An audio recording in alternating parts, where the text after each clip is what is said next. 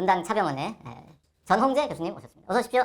안녕하세요. 전홍재입니다. 요 책, 여기 나와 있는 면역 항암 치료의 이해라는 책을 최근에 출간하셨습니다. 책 공부하러 나오신 거죠? 네, 맞습니다.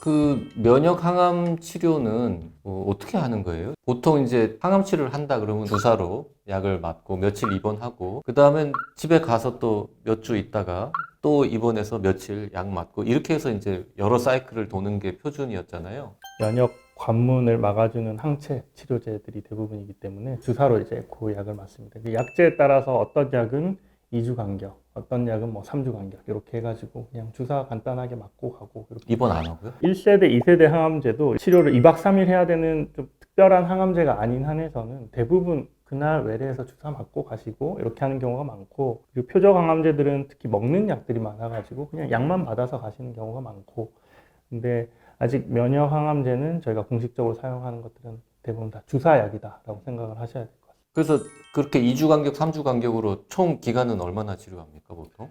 일단 아주 반응이 좋은 환자분들 같은 경우는 1년 이상, 2년까지는 받으면 그래도 병이 꽤 컨트롤이 된다라고 많이 알려져 있어서, 이게 사실 환자분들이 제일 많이 하시는 질문이에요. 이 약이 들어가도 효과 없는 경우도 많이 있기 때문에 내성을 걱정하거든요. 이게 효과가 없으면 어쩌지? 이런 생각을 많이 하시는데, 환자분들이 몇 개월째 치료하거나 1년이 넘어가기 시작하면 이거 언제까지 해야 되냐고 물어보세요. 거꾸로 이제 몸은 별로 안 힘들고 3주마다 한 번씩 오는 게 이제 좀 귀찮기도 하시고 이러니까 태도가 달라지시죠. 다르죠. 원래 처음에 1년 전에는 이제 사느냐 죽느냐 문제였는데 이제 한 1년 건강하게 잘 계시니까 이거 네. 언제까지 치료하느냐라는 질문으로. 약간 거만하게도 물어보세요. 이거 언제까지 해야 돼요? 이렇게 물어보시는 환자분들도 많아요. 제 마음도 모르고. 그러면 이제 제가 보통 이제 이렇게 설명드립니다. 한 2년까지는 맞으시는 게 좋다라고 말씀을 드리고, 실제 그 전이라도 내성이 생기거나 하면 약제를 또 바꿔야 되는 상황이 생깁니다. 거만하게 질문하실 수 있을 때가 사실 좋은 거죠. 좀 안타깝기도 하지만 한편으로는 또 이 정도 말씀하실 수 있는 컨디션이 되니까 이렇게 질문하시지라고 생각합니다. 그러면 그렇게 2년 정도 계속 치료를 한다면 중간중간에 뭐 CT를 찍거나 MRI 찍거나 해가지고 네네. 암이 어떻게 달라지는지를 정기적으로 체크를 물론 하겠죠? 예, 항암 치료는 뭐 1세대, 2세대, 3세대 다 상관없이 주기적으로 한 번씩 체크를 하면서 병이 더 커지면은 약제를 바꿔야 되거든요. 그거는 뭐 면역 항암제도 다르지 않습니다. 아니, 그러니까 A라는 면역 항암제를 쓰고 있는데 반응이 없으면 B라고 바꾸고 이러는 거예요? 아까 말씀드렸듯이 면역 항암제를 한 번 썼으면 다른 면역 항암제로 물론 갈 수도 있지만 일반적으로는 다른 클래스의 약제로 많이 바꾸는 거죠. 아예 뭐 1세대 항암 치료나 2세대나 2세대로 가거나 이렇게 가는 경우가 더 많은 것 같습니다. 면역 항암제 중에서 다른 걸로 바꾸는 거는 아직까지는 흔하지는 않고. 네, 흔하지는 않죠. 면역 관문 억제제를 설명하긴 했는데 면역 관문이 굉장히 사실은 종류가 여러 가지가 있긴 하거든요. 면역 관문 억제제를 얘기를 하려면 면역 관문을 잠깐 먼저 얘기를 해야 되는데요. 면역계가 과도하게 흥분하지 않도록 하는 안전장치. 네, 그러니까 불이 나는 거라고 생각을 하면 그 불을 좀 꺼줄 수 있는 소화기 같은 것들이죠. 근데 실제 우리가 상용화돼서 약으로 쓸 수 있는 타겟은 결국은 뭐 한 두세 가지 정도? 결국 보편적으로는 한 두 가지 정도 말합니다. PD-1, PD-L1 하나로 묶을 수 있고 CTLA4라는 거 하나를 묶을 수 있고, 그래서 결국 두 가지 약제를 메인으로 쓰기 때문에 여러 약제들이 나와 있지만 결국 타겟으로 하는 거는 두 개라고 생각을 하면 돼요. 그러면 그 여러 약제 중에서 어떤 약을 쓸 건지는 무슨 기준으로 전문가는 정하는 거예요? A 회사, B 회사, C 회사에서 골라 쓰는 게 아니라 여러 다국적 제약회사들에서 이 표적으로 자기들 약을 만들잖아요. 그걸 통해서 각자 임상시험을 해야 돼요. 그 임상시험에서 입증된 약을 쓰는 거지 제가 정하는 건 아니고, 그냥 임상시험에서 이 약이 입증했으면 그 약을 쓰는 겁니다. 근데 B 약도 입증해서 승인을 받았다. 그럼 B 약도 쓸 수가 있죠. C 약도 입증했으면 C 약도 쓸 수 있고, 그렇게 되면 이제 저희가 고를 수가 있지만 사실은 그렇지 않은 경우가 대부분. 그렇게 A, B, C 중에 고를 수 있는 경우도 있지만 하나밖에 없는 경우도 있고. 네, 그렇습니다. 면역 항암제들도 다 건강보험 적용이 됩니까, 지금? 사실 고가 약이라서 다 되지는 않습니다. 그래도 올해만 해도 간암도 됐고 폐암도 됐고 하면서 올해부터는 조금 더 확대된 게 있고요. 근데 아직도 급여 적용이 되지 않는 안 되는 것도 예. 있고요. 고가라고 한 두세 번 말씀하셨는데 얼마나 고가예요? 뭐 한 번 맞는데 4,500만 원? 이거를 3주에 한 번 맞거나 뭐 이런 식이 많으니까요. 그럼 1년에 7, 8천만 원 드는 거네요. 그 정도 될 수 있습니다. 근데 건강보험이 적용이 5%만 되면은 내는 거죠. 암 환자는 5%만 네, 내니까 그럼 8천만 원인데 5%면 400만 원. 네. 그 아까 우리 원리 얘기할 때 면역 관문 억제제라는 표현을 쓰셨는데 면역 관문 억제제 말고 다른 계열의 면역 항암제도 또 있어요? 뭐 카티 같은 것들이 있죠. 아, 근데 이제 카티는 사실은 이제 고형암이 아니라 혈액암에서 지금 효과가 입증돼서 사용을 하고 있고요.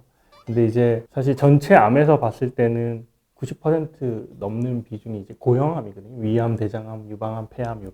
그래서 저희가 보통 얘기할 때는 면역 항암제 그러면 고형암에서 사용되고 있는 면역 관문 억제제. 그 면역 항암제의 일부로 분류되기는 네, 하는 네, 거죠. 맞습니다. 그렇게 보시면 됩니다. 근데 보통은 면역 항암제라고 하면은 대개는 관문 면역 억제제인데 네, 네. 카티는 약간 특이한 거죠. 예, 특별한 표적이 있을 때 주로 작용을 할 수가 있기 때문에 근데 이제 고형하면 그런 특별한 표적만으로 좀 해결하기 어려운 부분들이 많기 때문에 예, 면역 관문 억제제가 지금은 메인으로 사용되고 있고 카티도 사실은 임상 연구 단계에서는 고형암에서 굉장히 많이 적용은 되고 있습니다. 근데 아직까지 입증된 부분이 없어서 그 면역 항암 치료에 가장 드라마틱하게 과거에 비해서 좋은 반응을 보이는 암은 뭐가 있습니까? 폐암 아까 말씀드린 대로 반응률이 꽤 높고 워낙 안 좋았던 거니까요, 폐암은. 근데 폐암은 요즘에 표적 항암 치료의 혜택을 수혜를 제일 많이 본 암이고요. 면역 항암제까지도 수혜를 보면서 예전에는 가장 예후가 안 좋은 암 중에 하나였거든요. 근데 요즘에는 예후가 꽤 많이 좋아졌습니다. 그리고 항상 면역 항암제 하면 제일 처음 나오는 게 이제 흑색종이에요. 흑색종. 예, 왜냐하면 가장 면역 반응이 뛰어난 암이고 그래서 이제 제일 유명해진 게 이제 카터 대통령이 키트루다 맞아서 유명해진 게 이제 흑색종이거든요. 사실 그 면역 항암제가 전 세계 사람들한테 알려진 첫 번째 계기였죠. 맞습니다. 2015년도 8월 달로 기억하는데 흑색종이고 뇌전이가 있고 간으로까지 전이가 있어서 사실 예후가 굉장히 불량하고 그때 연세가 90세가 넘었어요. 그렇죠. 그래서 일반적인 항암제는 사실 적용하기조차 어려운 연세거든요. 이 흑색종이 뭐 5년 생존율이 되게 50%안 되는 네네. 종양인데 전이도 있고 했으니까는 그때 일반적인 상식으로는 뭐 길어야 2, 3년? 2, 3년도 안 2, 되죠. 3년도 안 되는. 네네. 네. 그 연세 그 정도면 사실은 몇 개월 이내에 그러니까요. 뭐안 좋아지실 가능성이 근데 지금도 살아계시죠. 지금도 돌아가셨다는 보고가 없으니까. 그러니까요. 네. 네. 면역 항암 치료에 대해서 이제 조금이라도 그래도 기본적인 개념들을 좀 이해를 했는데요. 더 이해하기 쉬우려면 실제 사례, 네. 선생님이 보신 되게 이제 훌륭한 사례들 몇 개를 좀 소개를 해주시죠. 면역 항암 치료의 제일 큰 특징이 한 3가지 정도를 들 수가 있어요. 예전에는 위암약 따로, 폐암약 따로, 뭐 유방암약 따로 있지만 면역 항암제는 이제 우리 몸의 면역을 올려서 이제 치료하는 보편적인 기전을 사용하다 보니까 여러 암에 다 효과를 작용하는 장점이 있거든요. 그래서 제 환자 중에는 담도암 환자분이랑 위암 환자분이랑 뭐 폐암 환자분들이 똑같은 약을 쓰고 효과를 보는 그런 경우들도 꽤 있고요. 또 하나는 부작용이 적다라는 게 굉장히 큰 장점인데요. 그 케이스를 얘기하려고 할 때 부작용이 적은 장점은 어떤 상황이 되느냐면 제 환자분들 중에 제 고령의 환자분 92세예요. 만으로. 92세요. 네, 92세 간암 환자분인데 이분은 한 1년 전에 오셔가지고 뭐 더 이상 이제 다른 치료법이 없으니까 항암 치료해야 된다라고 해서 저한테 간암으로 오셨거든요. 근데 이 면역 항암제 사용하고 나서 지금 거의 완치가 되셔가지고 병이 거의 안 보일 정도로 많이 좋아지셨어요. 3주에 한 번 오시고요.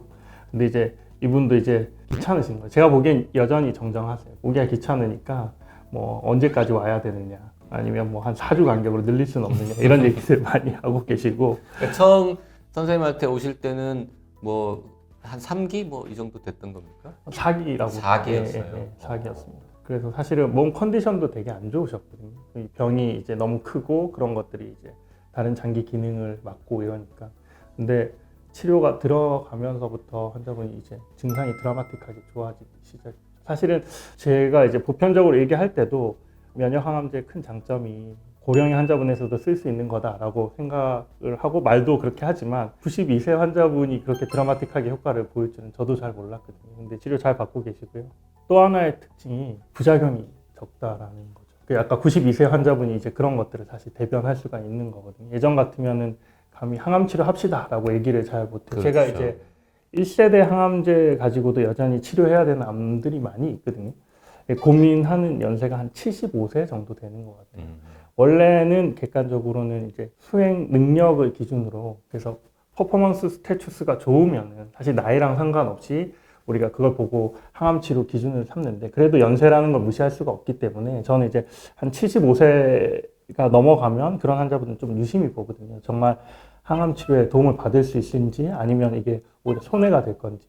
근데 이제 면역 항암 치료는 사실 그런 것들을 극복할 수 있는 큰 장점이 있는 것 같아요. 실제로 옛날에 항암 치료는 막 75세, 80세 되신 분들은 그냥 안 하고 네. 뭐 한 6개월이나 1년 이렇게 맞아요. 지내시다가 돌아가시는 게 차라리 낫지 않냐 생각할 만큼 맞아요. 항암 치료 했다가 뭐 몇 달 만에 확 나빠지고 그러신 분도 있죠.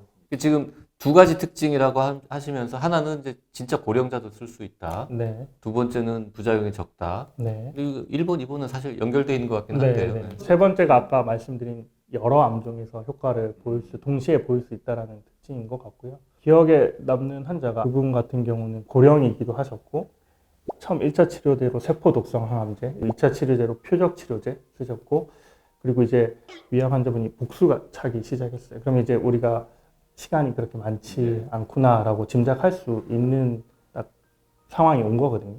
근데 그 환자분들, 이제 보호자분들을 모아놓고 사실은 호스피스를 준비하시는 게 좋겠다라고 말씀을 드리고, 근데 적극적으로 그럼 뭔가 좀 더 할 수 있는 게 있느냐라고 가족분들이 물어보셔서, 그때 당시엔 비급여이기도 했지만 면역 항암제를 한번 해볼 수는 있다. 하지만 병이 너무 깊어서 사실은 좋은 예후를 얘기하기는 어려울 것 같다라고 하고 시작을 했는데, 그래서 아까 외래에서 맞는 약이라고 했는데 약을 맞고 2주 뒤에 또 맞아야 되거든요. 사실 그분 퇴원시킬 수가 없었어요. 왜냐하면 너무 컨디션이 안 좋으니까. 그분은 이제 4기도 아니고 그냥 흔히 네, 말하는 말기셨잖아요. 네, 4기라고 다 말기는 아니니까. 네. 그랬는데 2주 뒤에 컨디션이 그럭저럭 유지가 되시더라고요. 오히려 좀 좋아지시는 것 같기도 그럼 하고. 2주 동안은 병원에 계셨어요? 예, 입원한 상태로 계셨어요. 그런데 이제 더 이상 입원도 사실은 어렵기도 하고, 컨디션도 조금 그럭저럭 괜찮은 것 같기도 하고, 그래서 두 번째 약을 맞고 그 다음날 이제 퇴원을 시켜드렸죠. 그러면서 사실은 퇴원시키면서도 환자분을 못 볼 수도 있겠다라는 생각을 가지고 그리고 했는데, 2주 후에 주사 맞으러 오시기 전에 네. 응급실로 오시거나 뭐 그럴 수도 있겠다라고 이제 의사는 생각을 했겠죠. 근데 2주 뒤에 오셨는데 너무 좋아지셔서 오신 거예요. 복수도 거의 사라지고 컨디션이 굉장히 좋아진 상태로 오셨어요. 예전에 이제 제 이체 이제 같이 쓰신 김찬 쌤이랑 얘기를 할 때, 우리가 적지 않은 암 환자를 봤기 때문에 사실은 환자분의 관상을 보면, 그리고 환자분이 걸어 들어오는 모습, 이런 것들을 보면 이분과 우리가 얼마나 시간이 더 남았는지가 어느 정도는 예측이 되거든요. 근데 이제 면역 항암 치료가 도입되고 나서는 환자분의 관상이 더 이상 통하지가 않을 수 있겠구나라는 것들을 처음으로 생각을 하게 됐어요. 그래서 말기암 환자라 하더라도 포기하지 않고 맞는 약을 잘 찾게 됐을 때는 굉장히 드라마틱한 효과를 볼 수 있겠구나. 그분은 이미 5년째 저 치료 이제 보고 있거든요. 외래 오셔서 지금 이제 치료도 아예 이제 스탑을 했고, 외래에서 주기적으로 한 번씩 체크만 하고 있는 상황이고, 너무 건강하게 잘 다니고 계십니다. 2년 정도 지나면 일단 끝입니까? 예, 보고 환자분이랑 상의를 합니다. 그래서 이 약을 계속 치료하는 것도 방법이긴 한데 뭐 멈춰 볼 수도 있습니다라고 얘기를 해서 지금은 끊고 주기적으로만 보고 있었어요. 그런 사례들이 점점 쌓여가면 종양내과 의사로서도 상당히 정말 보람이 있을 것 같고, 과거에는 너무 많은 환자들을 보내드렸잖아요. 네. 치료를 열심히 하긴 했지만. 그 원래 종양내과 의사의 역할을 다른 선생님 같은 경우는 좀 극단적으로 얘기할 때는 패전 마무리 투수다라고도 얘기를 하시더라고요. 어차피 이제 좀 안 좋아지신 환자분들 우리가 마지막을 같이 해드리는 역할이 중요하다라고도 하시는데, 사실은 뭐 요즘 약들이 좋아지면서 그런 상황들이 조금 맞지 않은 상황들로도 가는 경우들이 있어서 승리 투수가 되는 경우도 많겠네요. 예. 오히려 그런 경우들이 있죠. 패전 마무리는 아니고 마무리 투수 역할이죠. 그게 그냥- 승리로 끝날 수도 있는 거고. 승리로 끝날 수도 있고 네. 질 수도 있지만 마무리 투수 역할을 한다면 그 표현도 좋네요. 자, 그렇게 드라마틱한 케이스들도 있습니다만 아직도 이 면역 항암 치료를 했는데도 별로 효과가 없어서 그냥 돌아가시는 분들도 물론 계실 텐데, 네, 이게 사실은 지금 면역 항암 치료가 가장 가지고 있는 큰 한계예요. 이렇게 반응률이 여러 암에 효과가 있지만 각 암종별로 반응이 있는 환자분들이 뭐 한 20, 30% 내에 머물고 있다는 거거든요. 그래서 발전하는 분야가 어떤 환자분이 효과 있을지를 보는 바이오마커에 대한 부분이고, 또 하나가 이 치료 효과를 더 확장하기 위해서 어떻게 할 수 있느냐. 그래서 이제 하고 있는 것들이 다른 치료제들과의 병합 치료법들이 많이 개발이 되고 있습니다. 그 결과 예전에 단독 치료할 때보다 실제 치료 반응률이 훨씬 더 올라가고 있고, 이런 것들이 새로운 스탠다드 치료로 이제 뭐 올라오고 있습니다. 실제 최근에 하고 있는 뭐 수천 개 임상 연구들이 있는데, 면역 항암 치료 그 중에 90%는 이제 단독 치료로서의 효과 검증은 다 끝났고, 90% 임상 연구들은 다 병합 치료로서 그 효과가 어느 정도 있는지 다양한 병합 파트너들이 있거든요. 그래서 그런 것들을 검증하고 있습니다. 그 바이오마커, 이제 우리말로는 생물학적 표지자 이렇게 얘기를 하는데, 그게 중요한 게 사실은 바이오마커들이 많이 밝혀지면 밝혀질수록 지금은 임상시험 하다가 전체 환자한테 썼는데 별로 성적이 안 나오면 우리가 버리잖아요. 근데 특정 바이오마커를 가진 사람한테만 효과를 보는 약이 있다 그러면 이거는 이제 다시 또 살아날 수 있는 약이니까. 네, 굉장히 중요한 부분이죠. 네. 인류가 언제 암을 극복할 수 있을 것이냐 이거에 대해서 우리가 한때 뭐 표적 치료제 나왔을 때라든지 맞아요. 우리가 장밋빛 환상을 네. 가진 적도 많지만 아직은 뭐 극복했다라고 말할 단계는 아닙니다만 더 발전할 가능성도 물론 있겠죠. 저는 굉장히 긍정적으로 보고요. 많은 면역 항암 치료하시는 전문가들이 이 면역 관문 억제제 발견을 페니실린에 비유를 합니다. 페니실린 자체로도 수백만 명의 환자를 사실 살린 거가 있죠. 근데 이제 그 의미는 새로운 항생제라는 개념을 도입해서 우리가 할 수 있는 부분을 재정의했다라는 게 의미가 크거든요. 지금 페니실린 사용해서 우리가 뭐 감염병 환자 치료하지 않잖아요. 더 그 뒤 몇 세대 지난 약들을 사용하고 있듯이. 근데 면역 관문 억제제가 지금 뭐 나옴으로 인해서 굉장히 많은 환자분들한테 새로운 치료 옵션을 주는 건 분명히 맞고요. 돌아가실 분들을 살리는 것도 맞는데, 사실 이 기전을 이제 밝혀냄으로 인해서 우리가 앞으로 연구해야 될 영역을 확장했다라는 게 더 클 것 같습니다. 지금 이제 나온 1세대 면역 관문 억제제가 아니라 그 뒤에 수많은 약제들이 이제 따라 나오면서 이제 암 치료 영역을 아마 재정의하게 되지 않을까 저는 생각합니다. 네, 오늘 분당 차병원 전홍재 교수님 모시고 면역 항암 치료에 대해서 공부를 해봤습니다. 더 궁금하신 내용은 이제 이 책을 좀 읽어보시면 네, 도움이 되고. 잘 팔리고 있습니까? 뭐 그럭저럭 팔리는 것 같습니다. 네, 앞으로도 많은 암 환자들 치료 열심히 해주시기를 부탁드리면서 오늘 나와주셔서 감사합니다. 감사합니다.